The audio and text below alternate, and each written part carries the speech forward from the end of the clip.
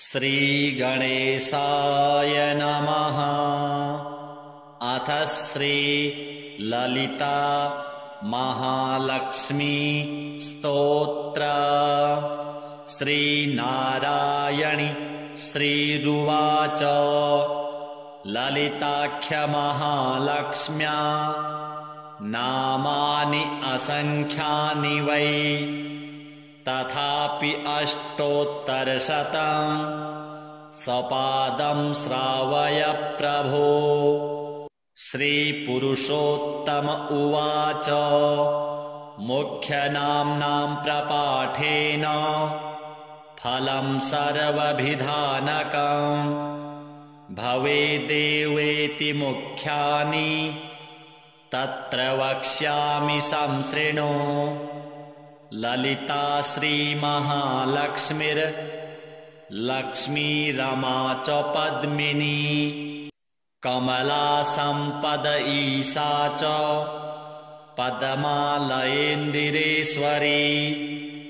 परमेशी सती ब्राह्मी नारायणी च वैष्णवी परमेश्वरी महेशानी शक्ति सा पुरुषोत्तमी बिम्बी माया महामाया मूल प्रकृतिः अच्युति वासुदेवी हिरण्या च हरिणी च हिरण्मयी कार्ष्णी कामेश्वरी चापि कामाक्षी भगमालिनी वहनिवासा सुन्दरी च संवित् च विजया जया मङ्गला मोहिनी तापि वाराही सिद्धिरीशिता भुक्तिः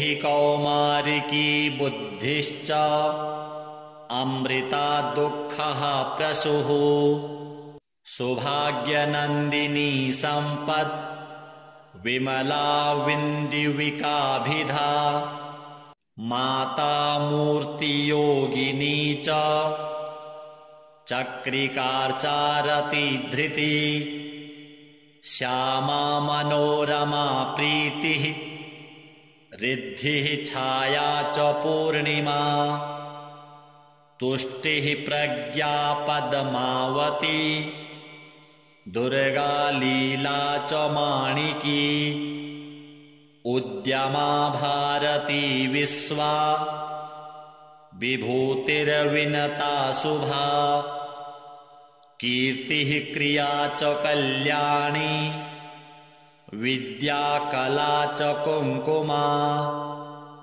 पुण्या पुराणा वागीशी वरदा विभवात्मिनी सरस्वती शिवा नादा प्रतिष्ठा संस्कृता त्रयी आयुर्जीवा स्वर्णरेखा दक्षा वीरा च रागिनी चपला पंडिता काली भद्राम्बिका च मानिनी विशालाक्षी वल्लभा च गोपी नारी नारायणी सन्तुष्टा च सुषुम्ना च क्षमा धात्री च वारुणी गुरुवी साध्वी च गायत्री दक्षिणा चान्नपूर्णिका राजलक्ष्मीः सिद्धमाता माधवी भार्गवी परो हारीति राशियानी च प्राचीनी गौरिका श्रुतिः इत्यष्टोत्तरशतकं सप्तविंशतिरित्यपि ललिता मुख्यनामानि कथितानि तव प्रिये नित्यं यः पठते तस्य भुक्तिर्मुक्तिः करस्थिता स्मृद्धिर्वंशस्य विस्तारः सर्वानन्दा भवन्ति वै। श्रीललिता महालक्ष्म्यार्पणमस्तु। श्रीनारायणि श्रीरुवाच ललिताख्यमहालक्ष्म्या नामानि असङ्ख्यानि वै। तथापि अष्टोत्तरशतं सपादं श्रावय प्रभो। श्रीपुरुषोत्तम उवाच मुख्यनाम्नां प्रपाठेन फलं सर्वभिधानकं भवेदेवेति मुख्यानि तत्र वक्ष्यामि संशृणु। ललिता श्रीमहालक्ष्मीर्लक्ष्मीरमा च पद्मिनी कमला सम्पद ईशा च पद्मालयेन्दिरेश्वरी परमेशी सती ब्राह्मी नारायणी च वैष्णवी परमेश्वरी महेशानी शक्ति सा पुरुषोत्तमी बिम्बी माया महामाया मूल प्रकृतिः अच्युती वासुदेवी हिरण्या च हरिणी च हिरण्मयी कार्ष्णी कामेश्वरी चापि कामाक्षी भगमालिनी वहनिवासा सुन्दरी च संवित् च विजया जया मङ्गला मोहिनी तापि वाराही सिद्धिरीशिता भुक्तिः कौमारिकी बुद्धिश्च अमृता दुःखः प्रसूः सौभाग्यनन्दिनी सम्पत् विमला विन्दुविकाभिधा माता मूर्तियोगिनी च चक्रिकार्चारति धृति श्यामा मनोरमा प्रीतिः रिद्धिः छाया च पूर्णिमा तुष्टिः प्रज्ञा पद्मावती दुर्गा लीला च माणिकी उद्यमा भारती विश्वा विभूतिर्विनता शुभा कीर्तिः क्रिया च कल्याणी विद्या कला च कुङ्कुमा पुण्या पुराणा वागीशी वरदा विभवात्मिनी सरस्वती शिवा नादा प्रतिष्ठा संस्कृता त्रयी आयुर्जीवा स्वर्णरेखा दक्षा वीरा च रागिनी चपला पंडिता काली भद्राम्बिका च मानिनी विशालाक्षी वल्लभा च गोपी नारी नारायणी सन्तुष्टा च सुषुम्ना च क्षमा धात्री च वारुणी गुरुवी साध्वी च गायत्री दक्षिणा चान्नपूर्णिका राजलक्ष्मीः सिद्धमाता माधवी भार्गवी परो हारीति राशियानी च प्राचीनी गौरिका श्रुतिः इत्यष्टोत्तरशतकं सप्तविंशतिरित्यपि ललिता मुख्यनामानि कथितानि तव प्रिये नित्यं यः पठते तस्य भुक्तिर्मुक्तिः करस्थिता स्मृद्धिर्वंशस्य विस्तारः सर्वानन्दा भवन्ति वै। श्रीललिता महालक्ष्म्यार्पणमस्तु। श्रीनारायणि श्रीरुवाच ललिताख्यमहालक्ष्म्या नामानि असङ्ख्यानि वै। तथापि अष्टोत्तरशतं सपादं श्रावय प्रभो।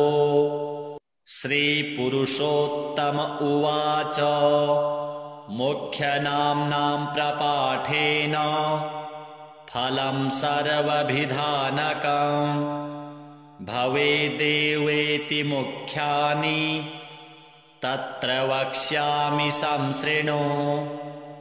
ललिता श्रीमहालक्ष्मीर्लक्ष्मीरमा च पद्मिनी कमला सम्पद ईशा च पद्मालयेन्दिरेश्वरी परमेशी सती ब्राह्मी नारायणी च वैष्णवी परमेश्वरी महेशानी शक्ति सा पुरुषोत्तमी बिम्बी माया महामाया मूल प्रकृतिः अच्युती वासुदेवी हिरण्या च हरिणी च हिरण्मयी कार्ष्णी कामेश्वरी चापि कामाक्षी भगमालिनी वहनिवासा सुन्दरी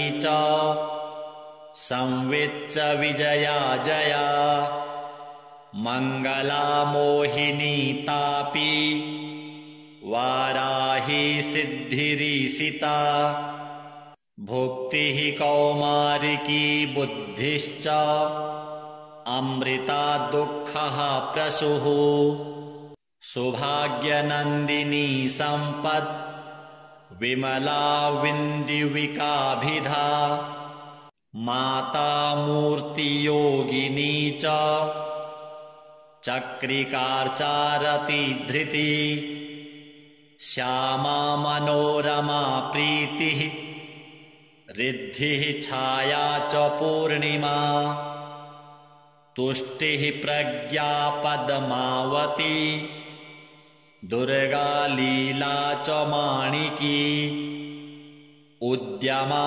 भारती विश्वा विभूतिर्विनता शुभा कीर्तिः क्रिया च कल्याणी विद्या कला च कुङ्कुमा पुण्या पुराणा वागीशी वरदा विभवात्मिनी सरस्वती शिवा नादा प्रतिष्ठा संस्कृता त्रयी आयुर्जीवा स्वर्णरेखा दक्षा वीरा च रागिनी चपला पंडिता काली भद्राम्बिका च मानिनी विशालाक्षी वल्लभा च गोपी नारी नारायणी संतुष्टा च सुषुम्ना च क्षमा धात्री च वारुणी गुरुवी साध्वी च गायत्री दक्षिणा चान्नपूर्णिका राजलक्ष्मीः सिद्धमाता माधवी भार्गवी परो हारीति राशियानी च प्राचीनी गौरिका श्रुतिः इत्यष्टोत्तरशतकं सप्तविंशतिरित्यपि ललिता मुख्यनामानि कथितानि तव प्रिये नित्यं यः पठते तस्य भुक्तिर्मुक्तिः करस्थिता स्मृद्धिर्वंशस्य विस्तारः सर्वानन्दा भवन्ति वै। श्रीललिता महालक्ष्म्यार्पणमस्तु। श्रीनारायणि श्रीरुवाच ललिताख्यमहालक्ष्म्या नामानि असङ्ख्यानि वै। तथापि अष्टोत्तरशतं सपादं श्रावय प्रभो। श्रीपुरुषोत्तम उवाच मुख्यनाम्नां प्रपाठेन फलं सर्वभिधानकं भवेदेवेति मुख्यानि तत्र वक्ष्यामि संशृणु। ललिता श्रीमहालक्ष्मीर्लक्ष्मीरमा च पद्मिनी कमला सम्पद ईशा च पद्मालयेन्दिरेश्वरी परमेशी सती ब्राह्मी नारायणी च वैष्णवी परमेश्वरी महेशानी शक्ति सा पुरुषोत्तमी बिम्बी माया महामाया मूल प्रकृतिः अच्युती वासुदेवी हिरण्या च हरिणी च हिरण्मयी कार्ष्णी कामेश्वरी चापि कामाक्षी भगमालिनी वहनिवासा सुन्दरी च संवित् च विजया जया मंगला मोहिनी तापी वाराही सिद्धिरीसिता भुक्तिः कौमारिकी बुद्धिश्च अमृता दुःखः प्रसूः सौभाग्यनन्दिनी सम्पत् विमला विन्दुविकाभिधा माता मूर्तियोगिनी च चक्रिकार्चारति धृति श्यामा मनोरमा प्रीतिः रिद्धिः छाया च पूर्णिमा तुष्टिः प्रज्ञा पद्मावती दुर्गा लीला च माणिकी उद्यमा भारती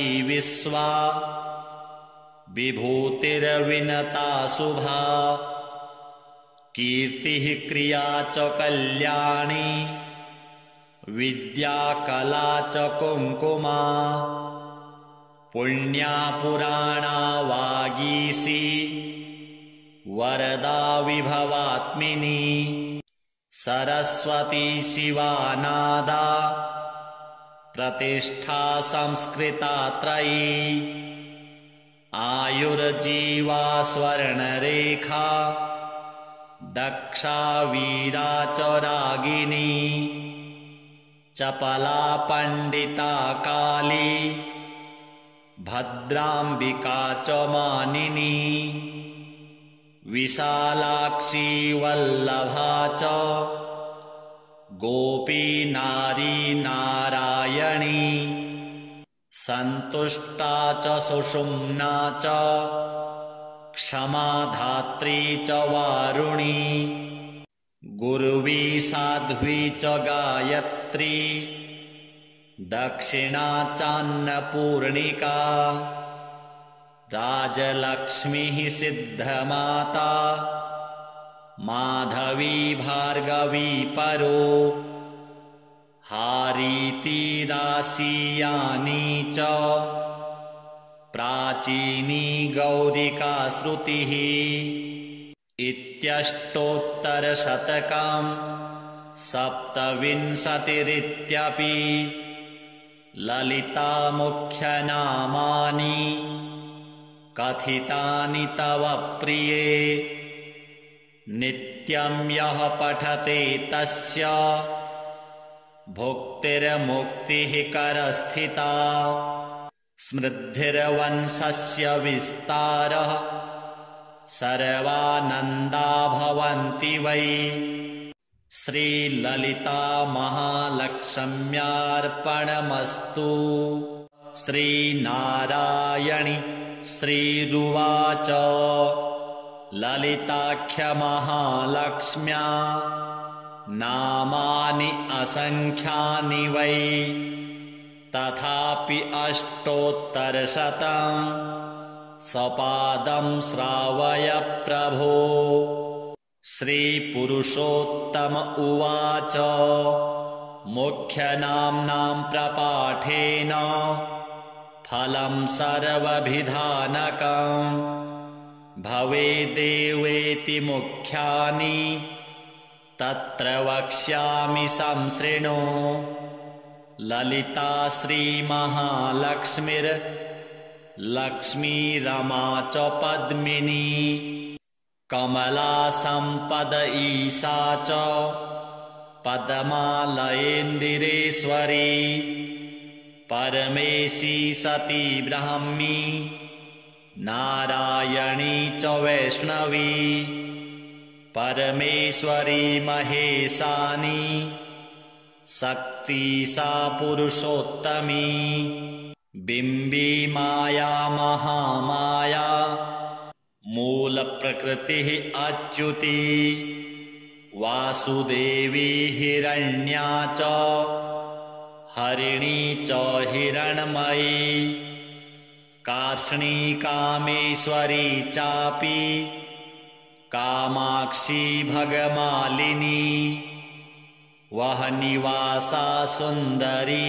च संवित् च विजया जया मंगला मोहिनी तापी वाराही सिद्धिरीसिता भुक्तिः कौमारिकी बुद्धिश्च अमृता दुःखः प्रसूः सौभाग्यनन्दिनी सम्पत् विमला विन्दुविकाभिधा माता मूर्तियोगिनी च चक्रिकार्चारति धृति श्यामा मनोरमा प्रीतिः रिद्धिः छाया च पूर्णिमा तुष्टिः प्रज्ञा पद्मावती दुर्गा लीला च माणिकी उद्यमा भारती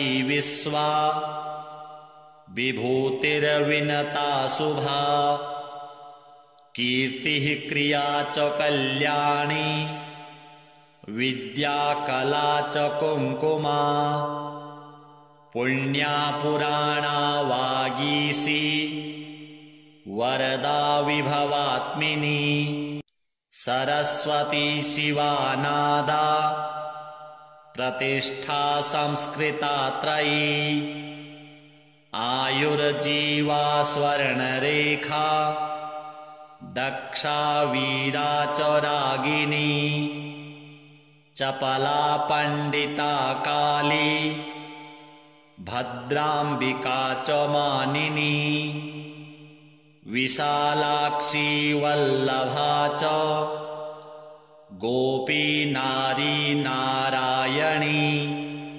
संतुष्टा च सुषुम्ना च क्षमा धात्री च वारुणी गुरुवी साध्वी च गायत्री दक्षिणा चान्नपूर्णिका राजलक्ष्मीः सिद्धमाता माधवी भार्गवी परो हारीति राशियानी च प्राचीनी गौरिका श्रुतिः इत्यष्टोत्तरशतकं सप्तविंशतिरित्यपि ललिता मुख्यनामानि कथितानि तव प्रिये नित्यं यः पठते तस्य भुक्तिर्मुक्तिः करस्थिता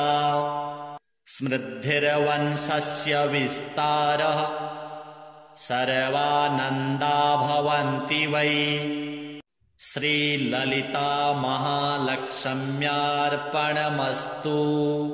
श्रीनारायणि श्रीरुवाच ललिताख्यमहालक्ष्म्या नामानि असङ्ख्यानि वै। तथापि अष्टोत्तरशतं सपादं श्रावय प्रभो। श्रीपुरुषोत्तम उवाच मुख्यनाम्नां प्रपाठेन फलं सर्वभिधानकं भवेदेवेति मुख्यानि तत्र वक्ष्यामि संशृणु। ललिता श्रीमहालक्ष्मीर्लक्ष्मीरमा च पद्मिनी कमला सम्पद ईशा च पद्मालयेन्दिरेश्वरी। परमेशी सती ब्राह्मी नारायणी च वैष्णवी।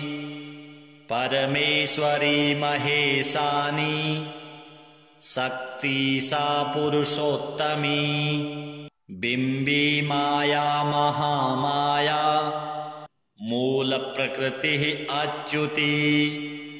वासुदेवी हिरण्या च हरिणी च हिरण्मयी। कार्ष्णी कामेश्वरी चापि कामाक्षी भगमालिनी। वह्निवासा सुन्दरी च संवित् च विजया जया।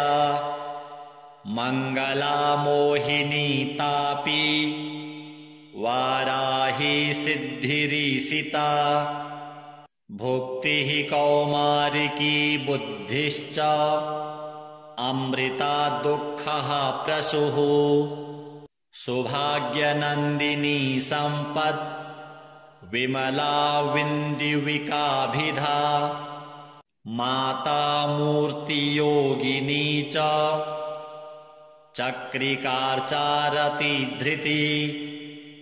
श्यामा मनोरमा प्रीतिः रिद्धिः छाया च पूर्णिमा। तुष्टिः प्रज्ञा पद्मावती दुर्गा लीला च माणिकी। उद्यमा भारती विश्वा विभूतिर्विनता शुभा। कीर्तिः क्रिया च कल्याणी विद्या कला च कुङ्कुमा। पुण्या पुराणा वागीशी वरदा विभवात्मिनी। सरस्वती शिवा नादा प्रतिष्ठा संस्कृता त्रयी। आयुर्जीवा स्वर्णरेखा दक्षा वीरा च रागिनी। चपला पंडिता काली भद्राम्बिका च मानिनी। विशालाक्षी वल्लभा च गोपी नारी नारायणी। सन्तुष्टा च सुषुम्ना च क्षमा धात्री च वारुणी। गुर्वी साध्वी च गायत्री दक्षिणा चान्नपूर्णिका। राजलक्ष्मीः सिद्धमाता माधवी भार्गवी परो। हारीति राशियानी च प्राचीनी गौरिका श्रुतिः। इत्यष्टोत्तरशतकं सप्तविंशतिरित्यपि ललिता मुख्यनामानि कथितानि तव प्रिये। नित्यं यः पठते तस्य भुक्तिर्मुक्तिः करस्थिता। स्मृद्धिर्वंशस्य विस्तारः सर्वानन्दा भवन्ति वै। श्रीललिता महालक्ष्म्यार्पणमस्तु। श्रीनारायणि श्रीरुवाच ललिताख्यमहालक्ष्म्या नामानि असङ्ख्यानि वै। तथापि अष्टोत्तरशतं सपादं श्रावय प्रभो। श्रीपुरुषोत्तम उवाच मुख्यनाम्नां प्रपाठेन फलं सर्वभिधानकं। भवेदेवेति मुख्यानि तत्र वक्ष्यामि संशृणु। ललिता श्रीमहालक्ष्मीर्लक्ष्मीरमा च पद्मिनी। कमला सम्पद ईशा च पद्मालयेन्दिरेश्वरी।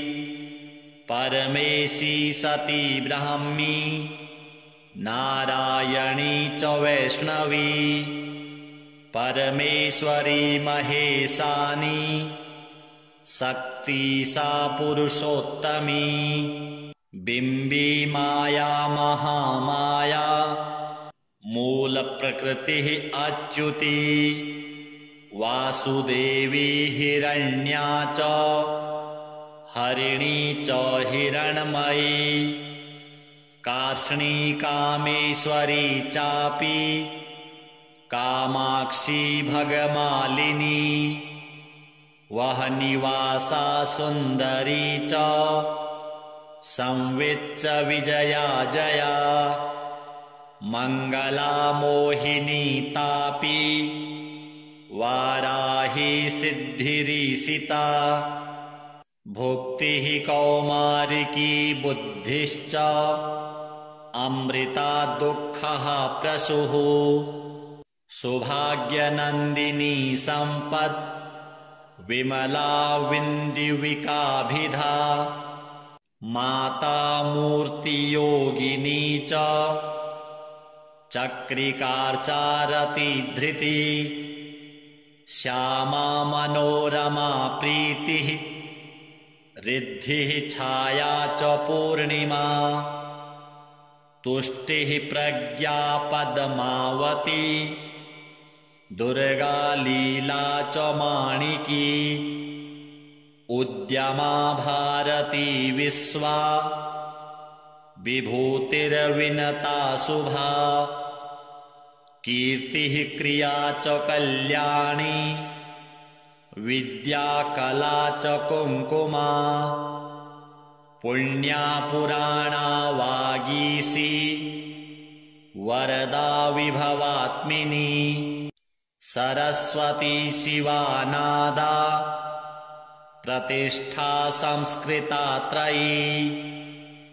आयुर्जीवा स्वर्णरेखा।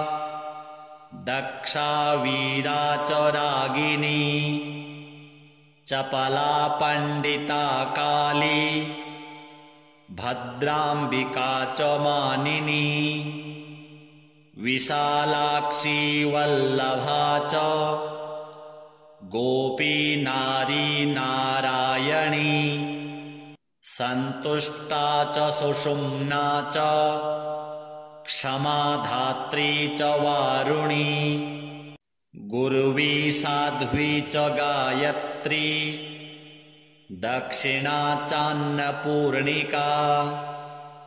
राजलक्ष्मीः सिद्धमाता। माधवी भार्गवी परो। हारीति राशियानी च प्राचीनी गौरिका श्रुतिः। इत्यष्टोत्तरशतकं सप्तविंशतिरित्यपि। ललिता मुख्यनामानि कथितानि तव प्रिये। नित्यं यः पठते तस्य भुक्तिर्मुक्तिः करस्थिता। स्मृद्धिर्वंशस्य विस्तारः सर्वानन्दा भवन्ति वै। श्रीललिता महालक्ष्म्यार्पणमस्तु। श्रीनारायणि श्रीरुवाच ललिताख्यमहालक्ष्म्या नामानि असङ्ख्यानि वै। तथापि अष्टोत्तरशतं सपादं श्रावय प्रभो। श्रीपुरुषोत्तम उवाच मुख्यनाम्नां प्रपाठेन फलं सर्वभिधानकं भवेदेवेति मुख्यानि तत्र वक्ष्यामि संशृणु। ललिता श्रीमहालक्ष्मीर्लक्ष्मीरमा च पद्मिनी कमला सम्पद ईशा च पद्मालयेन्दिरेश्वरी। परमेशी सती ब्राह्मी नारायणी च वैष्णवी। परमेश्वरी महेशानी शक्ति सा पुरुषोत्तमी। बिम्बी माया महामाया मूलप्रकृतिः अच्युती। वासुदेवी हिरण्या च हरिणी च हिरण्मयी। कार्ष्णी कामेश्वरी चापि कामाक्षी भगमालिनी। वहनिवासा सुन्दरी च संवित् च विजया जया। मङ्गला मोहिनी तापि वाराही सिद्धिरीशिता। भुक्तिः कौमारिकी बुद्धिश्च अमृता दुःखः प्रसूः। सुभाग्यनन्दिनी सम्पत् विमला विन्दुविकाभिधा। माता मूर्तियोगिनी च चक्रिकार्चारति धृति। श्यामा मनोरमा प्रीतिः रिद्धिः छाया च पूर्णिमा। तुष्टिः प्रज्ञा पद्मावती दुर्गा लीला च माणिकी। उद्यमा भारती विश्वा विभूतिर्विनता शुभा। कीर्तिः क्रिया च कल्याणी विद्या कला च कुङ्कुमा। पुण्या पुराणा वागीशी वरदा विभवात्मिनी। सरस्वती शिवा नादा प्रतिष्ठा संस्कृता त्रयी। आयुर्जीवा स्वर्णरेखा दक्षा वीरा च रागिनी। चपला पंडिता काली भद्राम्बिका च मानिनी। विशालाक्षी वल्लभा च गोपी नारी नारायणी। सन्तुष्टा च सुषुम्ना च क्षमा धात्री च वारुणी। गुर्वी साध्वी च गायत्री दक्षिणा चान्नपूर्णिका। राजलक्ष्मीः सिद्धमाता माधवी भार्गवी परो। हारीति राशियानी च प्राचीनी गौरिका श्रुतिः। इत्यष्टोत्तरशतकं सप्तविंशतिरित्यपि ललिता मुख्यनामानि कथितानि तव प्रिये। नित्यं यः पठते तस्य भुक्तिर्मुक्तिः करस्थिता। स्मृद्धिर्वंशस्य विस्तारः सर्वानन्दा भवन्ति वै। श्रीललिता महालक्ष्म्यार्पणमस्तु। श्रीनारायणि श्रीरुवाच ललिताख्यमहालक्ष्म्या नामानि असङ्ख्यानि वै। तथापि अष्टोत्तरशतं सपादं श्रावय प्रभो। श्रीपुरुषोत्तम उवाच मुख्यनाम्नां प्रपाठेन फलं सर्वभिधानकं भवेदेवेति मुख्यानि तत्र वक्ष्यामि संशृणु। ललिता श्रीमहालक्ष्मीर्लक्ष्मीरमा च पद्मिनी कमला सम्पद ईशा च पद्मालयेन्दिरेश्वरी। परमेशी सती ब्राह्मी नारायणी च वैष्णवी। परमेश्वरी महेशानी शक्ति सा पुरुषोत्तमी। बिम्बी माया महामाया मूलप्रकृतिः अच्युती। वासुदेवी हिरण्या च हरिणी च हिरण्मयी।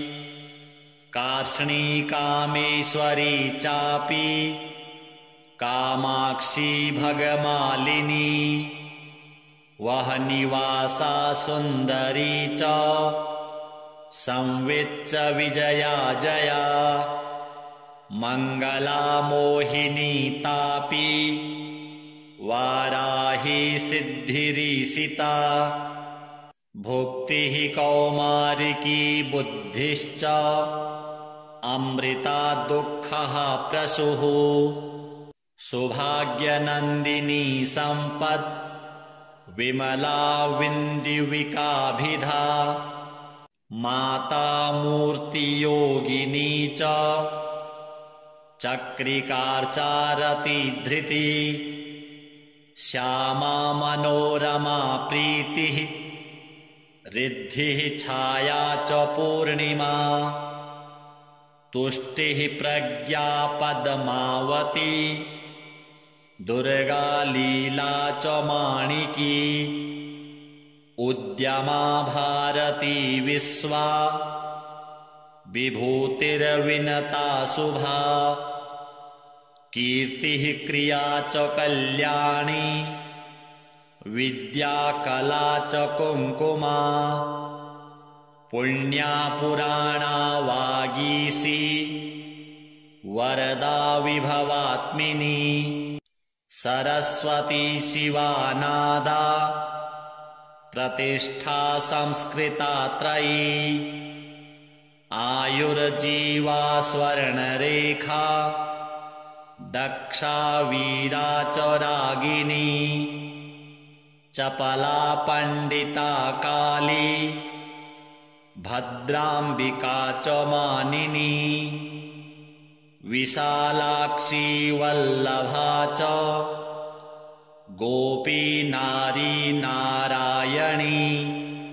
सन्तुष्टा च सुषुम्ना च क्षमा धात्री च वारुणी। गुर्वी साध्वी च गायत्री दक्षिणा चान्नपूर्णिका।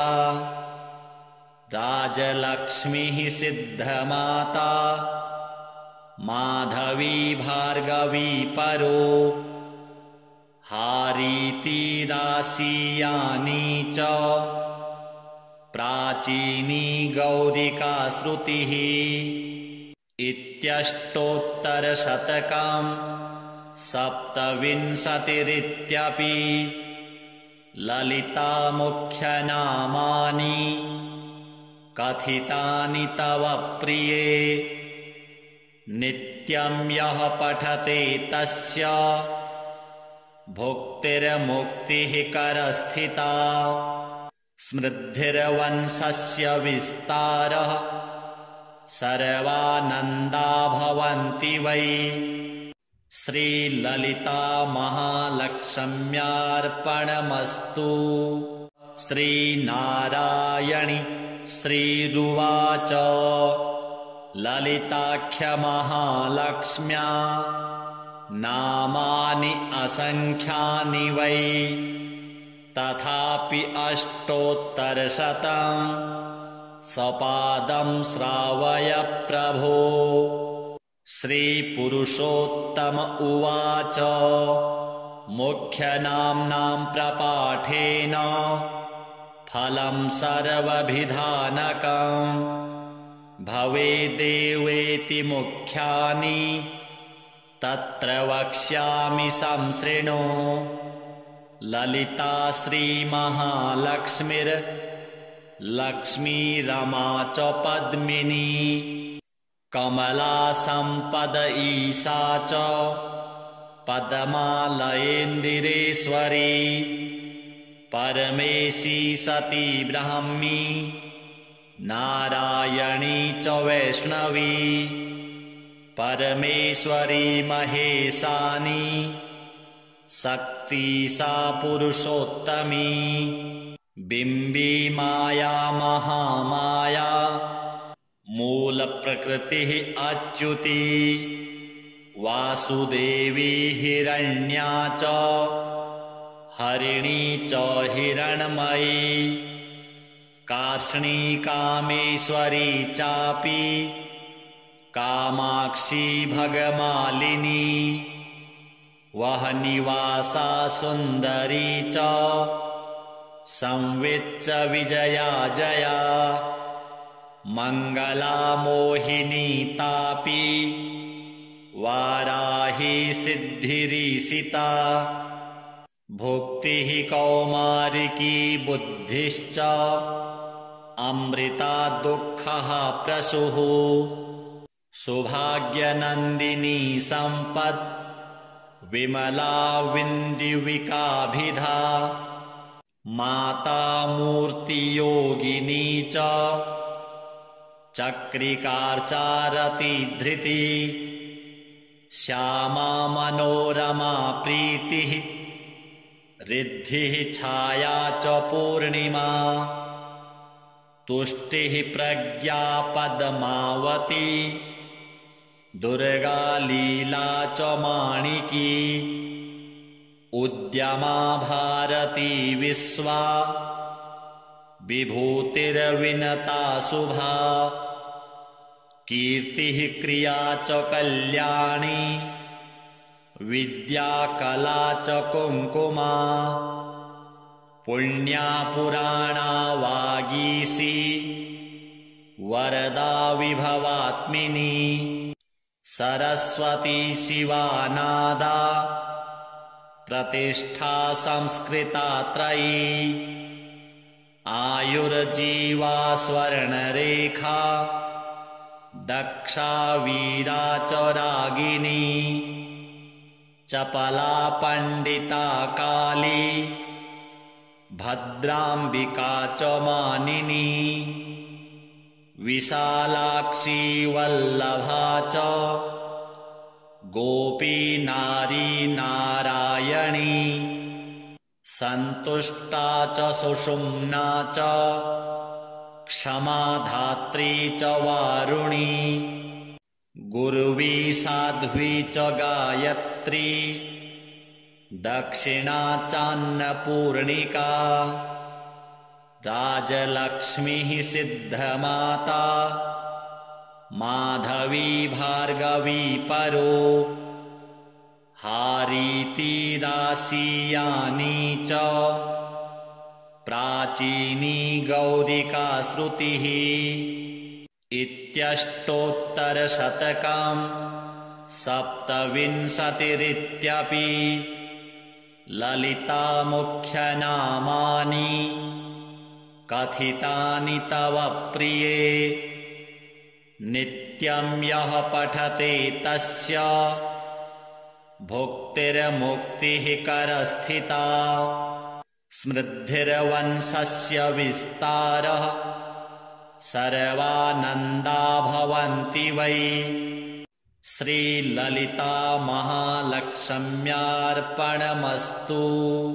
श्रीनारायणि श्रीरुवाच ललिताख्यमहालक्ष्म्या नामानि असङ्ख्यानि वै।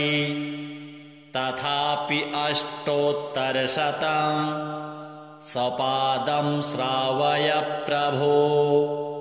श्रीपुरुषोत्तम उवाच मुख्यनाम्नां प्रपाठेन फलं सर्वभिधानकं भवेदेवेति मुख्यानि तत्र वक्ष्यामि संशृणु। ललिता श्रीमहालक्ष्मीर्लक्ष्मीरमा च पद्मिनी कमला सम्पद ईशा च पद्मालयेन्दिरेश्वरी परमेशी सती ब्राह्मी नारायणी च वैष्णवी परमेश्वरी महेशानी शक्ति सा पुरुषोत्तमी बिम्बी माया महामाया मूल प्रकृति अच्युति वासुदेवी हिरण्या च हरिणी च हिरण्मयी कार्ष्णी कामेश्वरी चापि कामाक्षी भगमालिनी वहनिवासा सुन्दरी च संवित् च विजया जया मंगला मोहिनी तापी वाराही सिद्धिरीसिता भुक्तिः कौमारिकी बुद्धिश्च अमृता दुःखः प्रसूः सौभाग्यनन्दिनी सम्पत् विमला विन्दुविकाभिधा माता मूर्तियोगिनी च चक्रिकार्चारति धृति श्यामा मनोरमा प्रीतिः रिद्धिः छाया च पूर्णिमा तुष्टिः प्रज्ञा पद्मावती दुर्गा लीला च माणिकी उद्यमा भारती विश्वा विभूतिर्विनता शुभा कीर्तिः क्रिया च कल्याणी विद्या कला च कुङ्कुमा पुण्या पुराणा वागीशी वरदा विभवात्मिनी सरस्वती शिवा नादा प्रतिष्ठा संस्कृता त्रयी आयुर्जीवा स्वर्णरेखा दक्षा वीरा च रागिनी चपला पंडिता काली भद्रांबिका च मानिनी विशालाक्षी वल्लभा च गोपी नारी नारायणी संतुष्टा च सुषुम्ना च क्षमा धात्री च वारुणी गुरुवी साध्वी च गायत्री दक्षिणा चान्नपूर्णिका राजलक्ष्मीः सिद्धमाता माधवी भार्गवी परो हारीति राशियानी च प्राचीनी गौरिका श्रुतिः इत्यष्टोत्तरशतकं सप्तविंशतिरित्यपि ललिता मुख्यनामानि कथितानि तव प्रिये नित्यं यः पठते तस्य भुक्तिर्मुक्तिः करस्थिता स्मृद्धिर्वंशस्य विस्तारः सर्वानन्दा भवन्ति वै। श्रीललिता महालक्ष्म्यार्पणमस्तु।